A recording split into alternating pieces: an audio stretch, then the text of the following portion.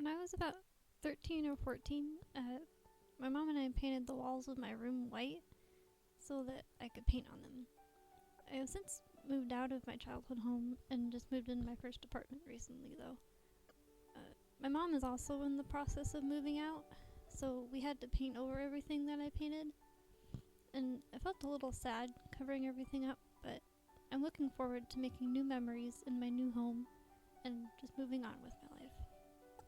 Since I mainly painted on my walls, I don't have that many canvases to hang up in my new place, so I thought it would be fun to repaint some of the pieces I'd painted all those years ago. The very first thing that I painted was a sun on the horizon of a bright blue sky, which I think was partly inspired by the Folgers coffee logo, funnily enough. And that's what you're seeing me paint here. I'm kind of thinking that I'll create a series out of it so that I can share those memories with you all. But before I start working on that, I have some other things to get done, which brings me to my next topic. While I was in the process of finding an apartment and packing and all that, I filmed a bunch of videos that I didn't get the chance to edit because I was just so busy. I'm also limited to 15-minute videos right now since my channel is still pretty new. So my current plan is to get my whole backlog edited and uploaded, then start focusing on smaller projects like this one, where I repaint old art or just doodle or something. I would also like to note that I do work full-time, so uploads will be sporadic, but I don't plan on stopping anytime soon. I've always really wanted to do something with my art, and I've been having a lot of fun just sharing it with you all. Anyway, back to the painting, I guess. I tried to keep the colors as close to the original as possible, which I'm pretty sure I used an ochre yellow for the half circle and every other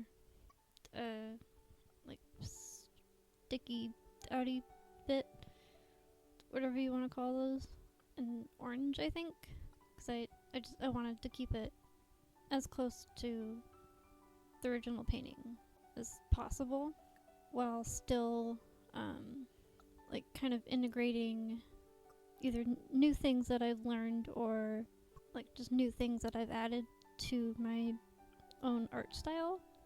For instance, in the beginning you might have noticed that I did a little bit of an underpainting, which is not something that I knew about when I painted the original, because I was 13 and didn't know that much about art yet, and I couldn't remember what color I used for the sky, so I just tried to match that as best as possible. And then the tendrils coming off the sun, I made those a little more